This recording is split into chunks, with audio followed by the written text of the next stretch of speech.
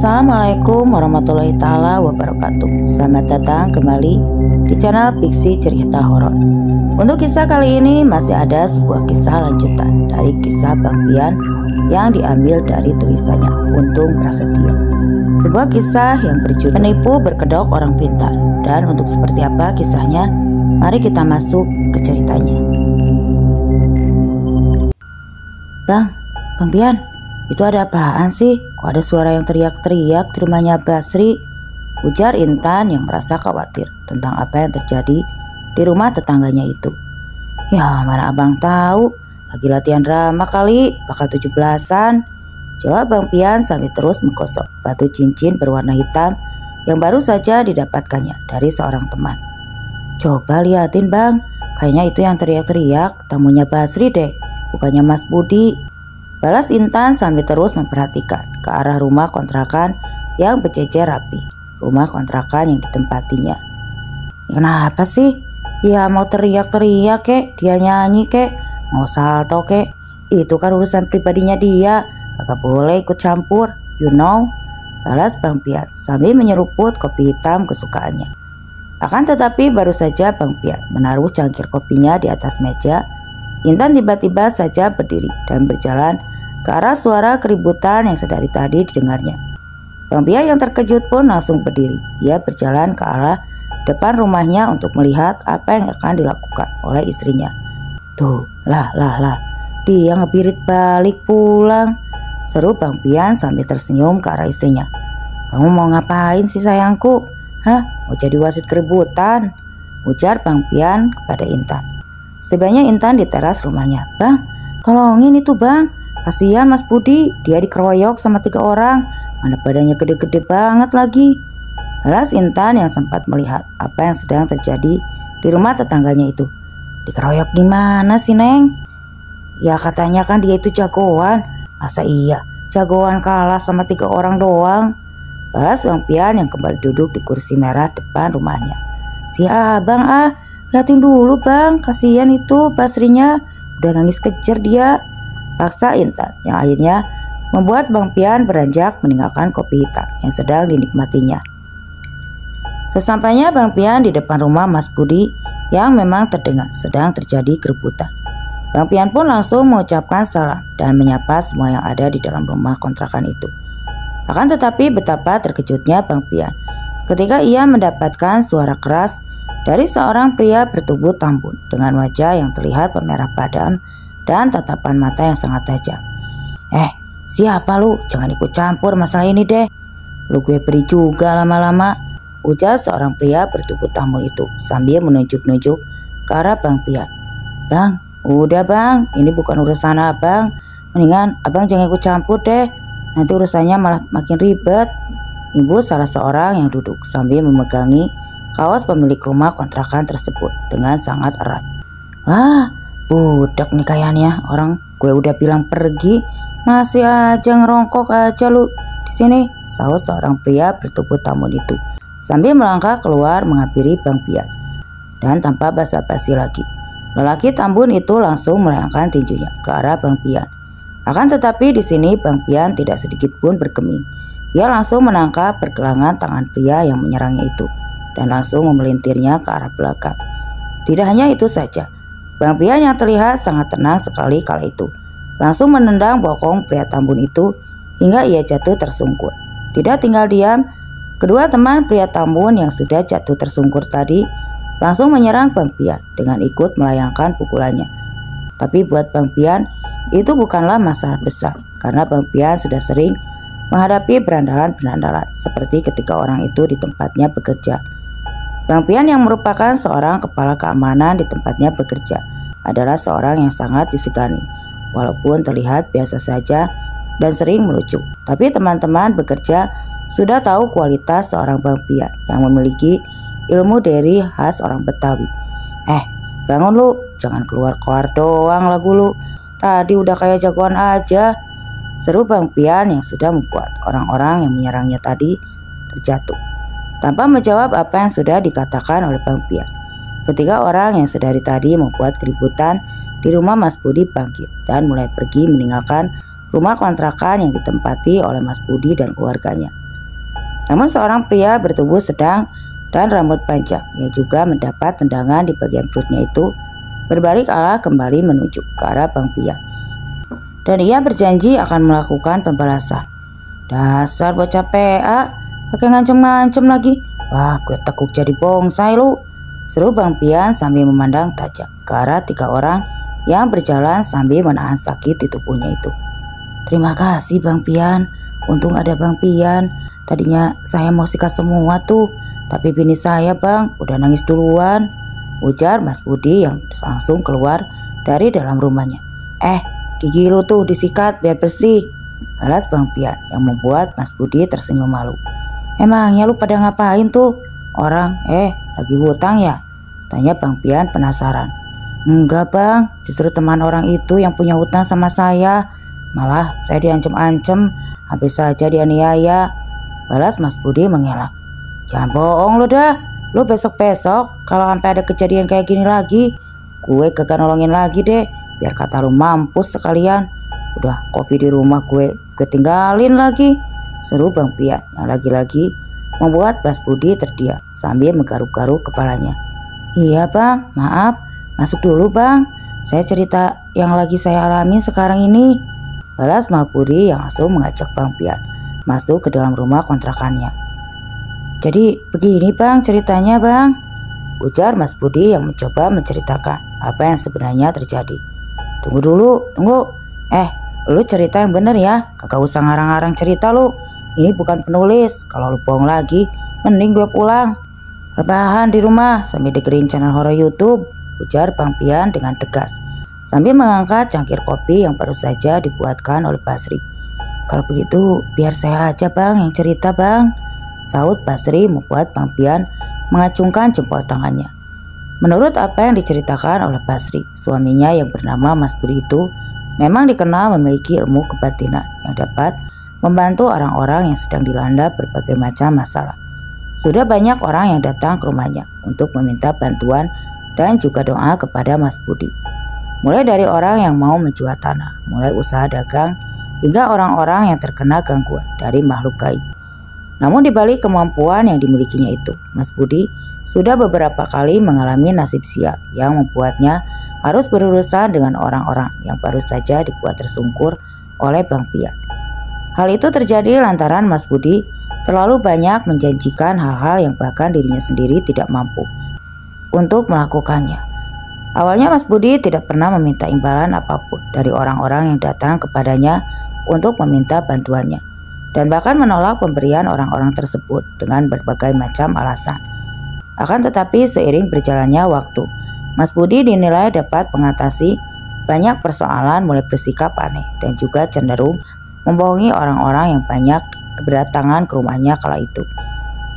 Masalah pertama yang dialami Mas Budi berawal dari kedatangan seorang wanita yang bernama Bu Rini ke rumah Mas Budi. Bu Rini nampak terlihat gelisah dan wajahnya dipenuhi kecemasan yang membuat perempuan muda itu terlihat teduh. Ia bercerita bahwa suaminya yang bernama Pak Joko mengalami gangguan-gangguan yang menurutnya aneh. Gangguan yang dialami oleh Pak Joko itu adalah setiap malam Pak Joko selalu bermimpi buruk tentang makhluk-makhluk menyeramkan yang terus mengejarnya. Dan pada pagi harinya, tubuh Pak Joko merasa sakit di bagian yang terkena cakaran oleh makhluk yang terus datang di dalam mimpinya itu. Bu Rini sudah mencoba berbagai cara dan mengunjungi dokter hingga meminta bantuan dukun lain, namun tidak ada yang berhasil. Dan pada akhirnya, atas saran dari kerabat dekatnya, Bu Rini pun datang ke rumah Mas Budi bersama Pak Joko dengan harapan besar bahwa Mas Budi bisa membantu menyelesaikan masalah yang dialami suaminya. Mas Budi menyambut Bu Rini dengan tenang. Ia mendengarkan dengan seksama setiap cerita yang diucapkan oleh Bu Rini dan juga Pak Joko.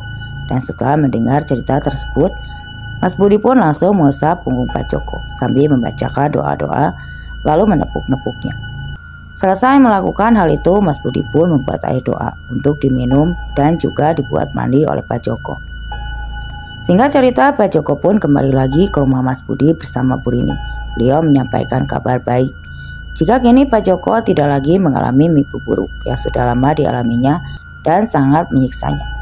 Bersamaan dengan itu, Pak Joko dan juga Bu Rini kembali meminta tolong kepada Mas Budi untuk mengurusi warung makan yang mereka kelola. Saat itu pasangan suami istri itu mengaku jika warung milik mereka itu mulai sepi pembeli dan omset pendapatan sangat kecil. Mendengar permintaan dari Pak Joko dan Bu Rini, Mas Budi pun langsung menyanggupi dan setuju untuk membantu mereka. Dia memahami bahwa dalam menjaga kesejahteraan seseorang tidak hanya terkait dengan kesehatan dan keamanan, tetapi juga dengan kebersihan usaha mereka. Keesokan harinya Mas Budi bersama Pak Sri pun langsung mengunjungi warung makan milik Pak Joko dan Bu Rini. Warung tersebut terlihat sederhana namun bersih dan juga rapi. Tapi memang tampak sepi pengunjung. Mas Budi pun mulai berjalan mengelilingi warung, melihat dengan seksama di setiap sudut ruangan di warung tersebut. Widih, berarti Mas Budi punya indera keenam nih. Hebat banget dah, ujar Bang Pian setelah mendengarkan dengan seksama apa yang diceritakan oleh Bu Sri. Memang saya bisa Bang, saya itu bisa merasakan kalau ada sesuatu yang mengganggu, ucap Mas Budi yang mulai berani ikut berkomentar. Sesuatu apaan? Yang jelas loh kalau ngomong, tanya Bang Pian yang membuat Mas Budi tersipu malu. Makhluk halus Bang, jawab Mas Budi sambil tersenyum. Makhluk halus, maksud lo kayak tepung terigu, tepung beras sama berak bayi gitu, balas Bang Pian yang membuat Basri dan Mas Budi tertawa. Bukan Bang, bukan itu Bang, maksud saya makhluk gaib Bang, yang membuat Bang Pian tersentak. Waduh, hebat bener lo ya, boleh dong lo sekali-sekali ajarin gue ya, kalau bisa buat ngeliat demit tuh, wewe gombel sama genderuwo, balas Bang Pian dengan antusias. Kagak bisa Bang, saya ini gak bisa melihat makhluk gaib, saya cuma bisa merasakannya saja, balas Mas Budi yang langsung menyaga dugaan dari Bang Pian. Kagak bisa ngelihat gaib, sosokan lu, celetuk Bang Pian yang kemudian meminta Basri melanjutkan ceritanya. Setelah beberapa saat, Mas Budi duduk bersama Pak Joko dan Bu Rini. Dia menjelaskan bahwasanya ada energi negatif yang menghalangi rezeki mereka, dan energi itu berasal dari orang luar yang merasa terganggu, dan dia tidak senang dengan kesuksesan warung. Makanya dia juga menambahkan bahwa energi negatif ini bisa berbentuk santet atau kiriman gaib yang sengaja ditunjukkan untuk menghalangi usaha mereka. Lalu dia pun memberikan beberapa saran dan langkah-langkah yang harus dilakukan.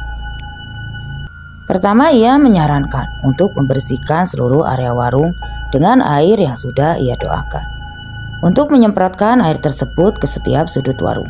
Kedua, Mas Budi memberikan batu cincin yang harus dipakai oleh Pak Joko dan juga Bu Rini. Masalah pun mulai datang dari hal itu. Mas Budi yang tak merasa sangat yakin dengan kemampuannya atau memang mulai tergiur dengan uang yang akan didapatkannya, mulai mengatakan hal-hal yang sungguh tidak masuk akal bagi Pak Joko dan juga Bu Rini saat itu. Mas Budi pun mengeluarkan kantung kain kecil yang berisikan 2 buah batu cincin berwarna coklat dengan corak yang sangat bagus dan memberikannya kepada Pak Joko.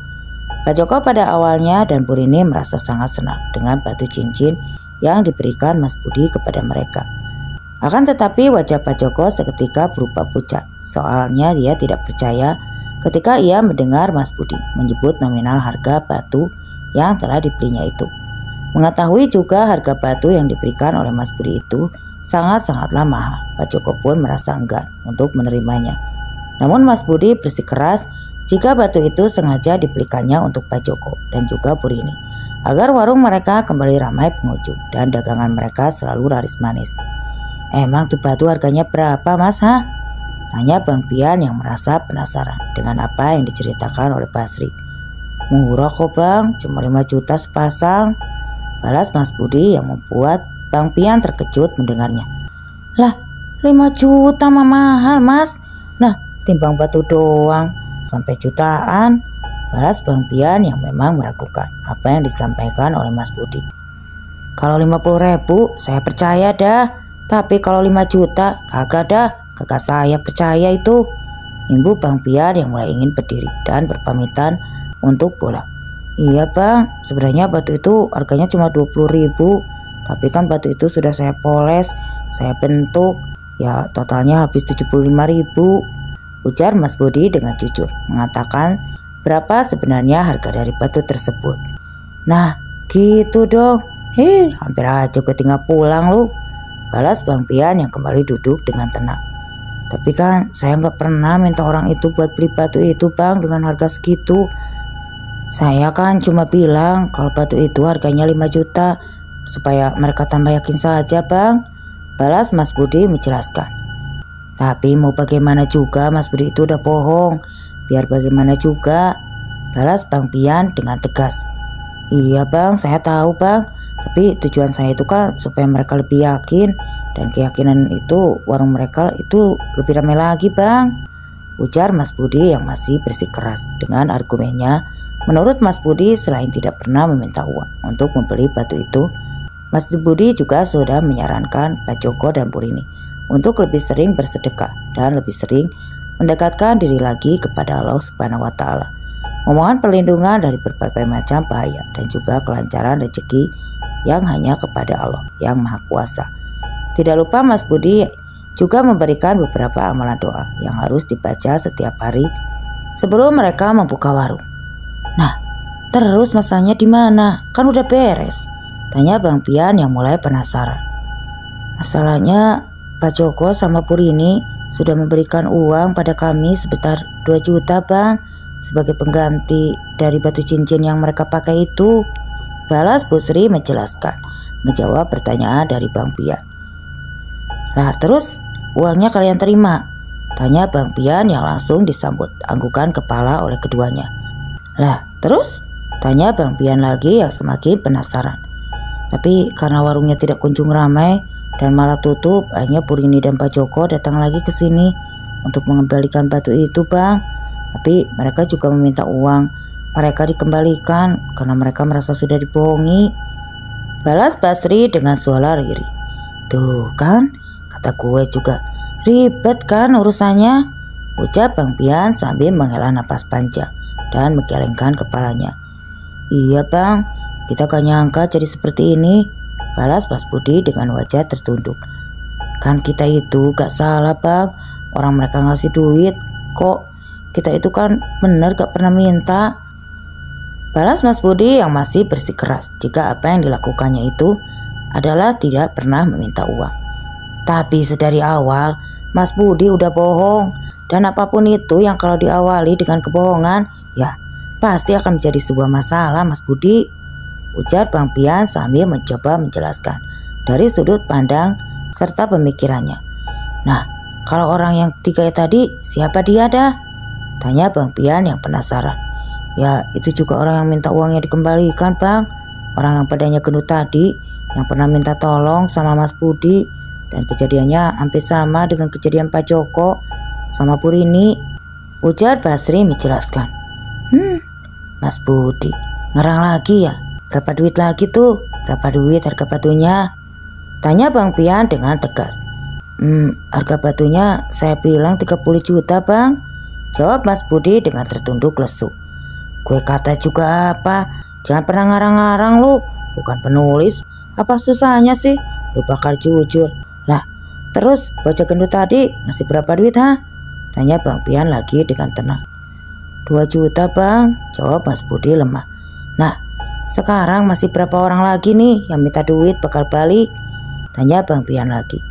2 orang bang, kalau ditotal jadi 8 juta, balas Mas Budi. Ya udah dah, balikin uangnya, kelar urusan, lain kali kagak usah ngarang lagi lu, bukan musisi juga lu, seru Bang Pian yang langsung berpamitan pulang kepada Mas Budi dan juga Basri. Tolong, kebangetan banget bohongnya, yang ditolong kebangetan amat gobloknya, dipercaya aja lagi kalau cuma dikibulin, gumam Bang Pian dalam hatinya sambil terus menggelengkan kepala, mengetahui apa yang sebenarnya terjadi kepada tetangganya itu.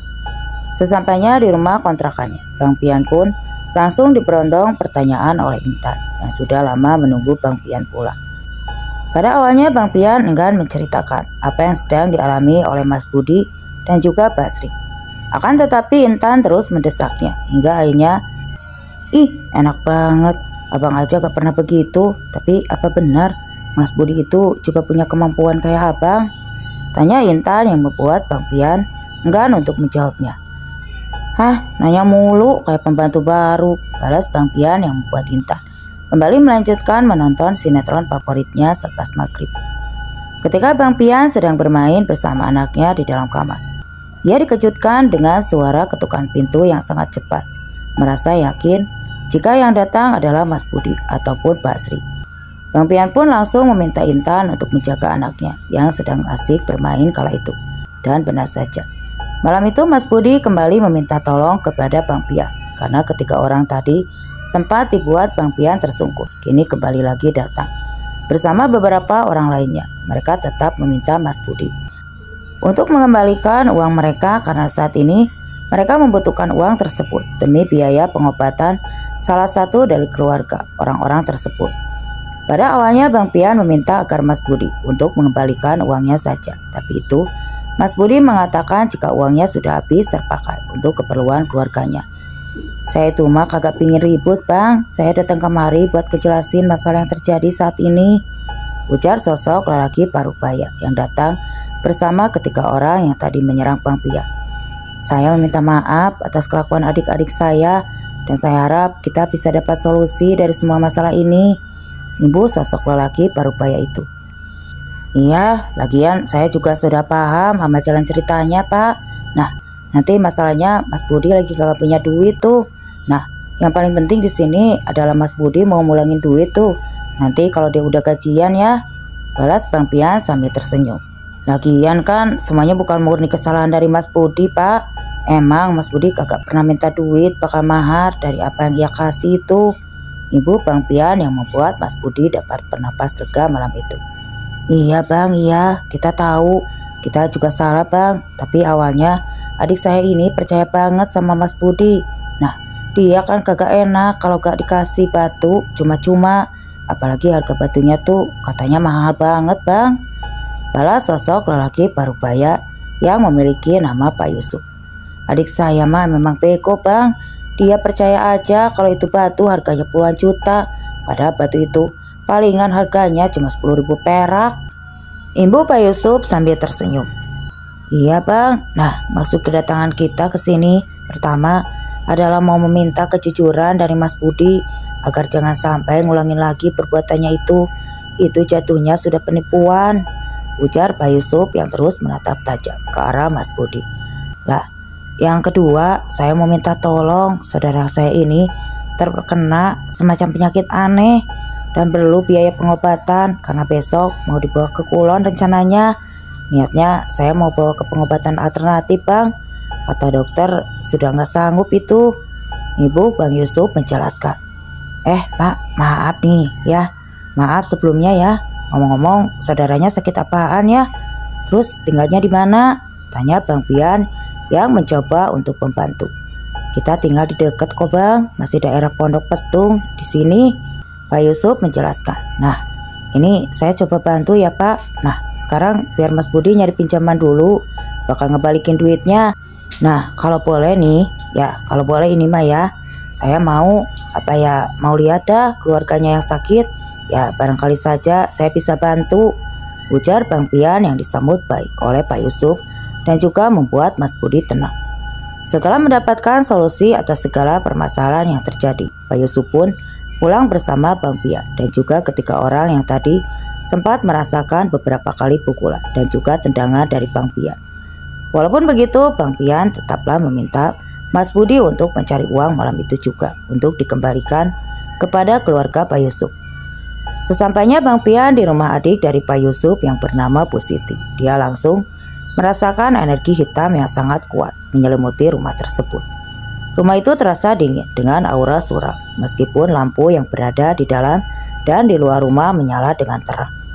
Bang Pian memang sudah terbiasa menghadapi energi hitam dari makhluk-makhluk gaib pun merasa yakin jika Bu Siti sedang terkena guna-guna yang sangat kuat. Keluarga Bu Siti pun terlihat sangat cemas. Mereka tampak mengkhawatirkan keadaan Bu Siti yang merasa jika Bu Siti sudah tidak dapat disembuhkan. Pak Yusuf pun menjelaskan bahwa sudah banyak orang pintar yang mereka datangi. Salah satunya adalah Mas Budi yang merasa yakin jika batu yang diberikannya itu dapat menangkal santet dan mengusir energi gelap dari makhluk-makhluk gaib di rumah itu. Namun kondisi Bu Siti tak kunjung membaik. Malahan semakin hari, kondisi Bu Siti terlihat semakin memburuk dan mengaku sering mengalami mimpi buruk dan juga melihat bayangan-bayangan hitam di sekitaran rumahnya. Setelah mendengar cerita Pak Yusuf, Bang Pian pun meminta izin untuk berkeliling rumah dan mencoba mencari sumber energi negatif tersebut. Dimulainya dari ruang tamu, lalu ke dapur, dan akhirnya sampai di kamar Bu Siti. Di kamar itulah Bang Pian merasakan energi hitam yang paling kuat. Dia bisa merasakan aura yang sangat negatif, seolah-olah ada sesuatu yang berusaha menguasai dan juga melemahkan Bu Siti. Bang Pian lalu meminta kepada seluruh keluarga untuk berkumpul di ruang tamu. Dia mengatakan jika rumah ini sudah diselimuti energi hitam yang berpusat di kamar yang ditempati oleh Bu Siti. Setelah meminta dicarikan sapu lidi aren dan juga 3 gelas air putih, Bang Pian pun meminta izin untuk masuk ke dalam kamar Bu Siti. Walau pada awalnya keluarga Pak Yusuf ragu, tapi dengan kejujurannya, akhirnya Bang Pian dapat meyakinkan keluarga Bu Siti dan juga Pak Yusuf. Setelah berada di dalam kamar Bu Siti dengan suaminya yang bernama Pak Harun yang juga ditemani oleh Pak Yusuf serta anak perempuan dari Bu Siti yang bernama Salwa, Bang Pian pun mulai membacakan doa-doa ruqyah lalu memusatkan ke sudut ruangan. Di dalam kamar itu tidak lama kemudian tiba-tiba saja angin kencang berhembus dari jendela yang tertutup rapat dan membuat jendela kaca tersebut bergetar. Aroma busuk pun mulai tercium di dalam kamar Bu Siti yang sontak membuat Salwa terbatuk-batuk sambil menutup hidung dan juga mulutnya. Bang Pian pun membuka kedua matanya dan berkata dengan suara tegas, "Keluar lu, kakak usah lagi dah ngumpet," seru Bang Pian yang sontak membuat Pak Yusuf, Pak Harun dan juga Salwa terkejut mendengar Bang Pian. Lalu meminta kepada Pak Yusuf untuk mendekatkan ke arahnya sambil memberikan sapu lidi aren yang sedari tadi dipegangnya. Walau merasa tidak yakin dengan apa yang diminta oleh Bang Pian, tapi akhirnya Pak Yusuf menyanggupi dengan tangan bergetar ketika ia menerima sapu lidi itu. Pak Yusuf pun mulai mengikuti arahan yang diberikan Bang Pian dan betapa terkejutnya Pak Yusuf ketika tiba-tiba saja ia melihat sosok gaib berdiri menyeringai dengan wajah seram di sudut ruangan itu. Makhluk gaib yang terlihat sangat menyeramkan itu memiliki mata merah menyala dan tubuh besar. Berbulu hitam lebat, wajahnya terlihat dipenuhi amarah. Dan aura kebencian pun terpancar kuat dari sosok makhluk tersebut. Walau Pak Yusuf merasakan ketakutan yang luar biasa, tetapi ia berusaha tetap tenang. Di samping Bang Pian dan perlahan mulai menggerakkan sapu lidi aren yang dipegangnya dengan erat. Bang Pian pun terlihat menatap makhluk itu dengan penuh keberanian. Ia meminta Pak Yusuf untuk tetap tenang dan mengarahkan sapu lidi aren itu ke arah sosok makhluk gaib yang membawa malapetaka itu. Bang Pian pun mulai melafalkan doa penangkal untuk melemahkan sosok makhluk gaib tersebut. Sementara makhluk itu terus menyeringai dan mulai menggerak seolah merasakan adanya bahaya yang sedang mengincarnya. "Sosok ini nih sumber dari energi negatif yang menyelimuti di rumah ini," ujar Bang Pian dengan tegas.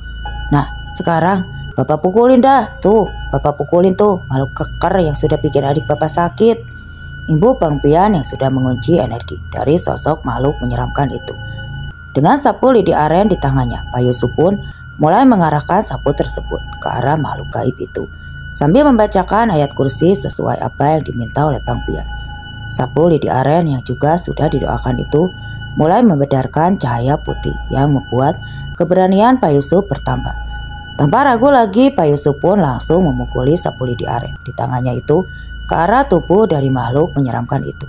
Dan betapa terkejutnya Pak Yusuf ketika dia mendengar suara rintihan dari makhluk yang wujudnya sangat mengerikan. Pak Yusuf pun dibuat tertegun dan merasa tidak percaya dengan apa yang baru saja terjadi. Ia menoleh ke arah Bang Pian yang tersenyum melihat apa yang dilakukan oleh Pak Yusuf terhadap sosok makhluk tersebut. "Hajar aja deh Pak, hajar terus. Nah, jangan kasih ampun. Biar orang yang ngirim dia kemari juga ngerasain selepetan lidi aren yang gede-gede itu," suruh Bang Pian yang semakin menambah keberanian Pak Yusuf. "Peset-peset dah kulitnya," imbu Bang Pian lagi. Akan tetapi hal itu tidak terduga pun terjadi. Di rumah di suasana ruang tamu, rumah Pak Harun dan Bu Siti yang sedari terdengar itu tiba-tiba saja menjadi gaduh dengan terdengar suara jeritan kesakitan dari seorang perempuan yang entah terjadi dengan perempuan yang usianya sedikit lebih muda dari Bu Siti itu. Tiba-tiba saja mengerang kesakitan lalu menangis hingga terdengar jeritan. "Ya Pak, udah cukup Pak Yusuf. Tuh yang ngirim kuda-guna udah ngerasain sakit," ujar Bang Pian yang membuat Pak Yusuf menghentikan pukulannya ke arah sosok makhluk tersebut. "Maksudnya ya gimana ya Bang?" tanya Pak Yusuf yang belum mengetahui apa yang sedang terjadi di luar kamar itu. "Nah, sekarang biar nih sosok saya yang beresin dulu dah.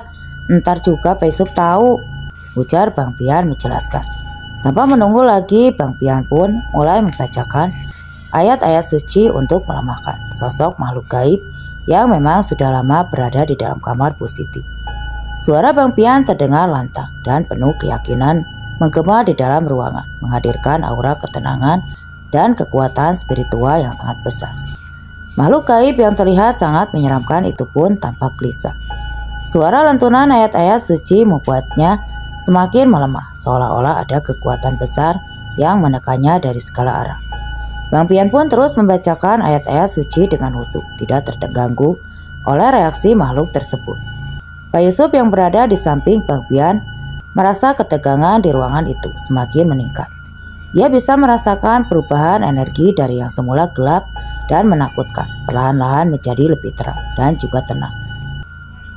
Kepercayaan Pak Yusuf pada kekuatan doa dan ayat-ayat suci semakin menguat bersamaan dengan itu. Setelah beberapa saat berlalu, sosok makhluk hitam yang memiliki taring panjang itu pun berubah menjadi kepulan asap hitam dan meninggalkan aroma bau busuk yang sangat menyengat.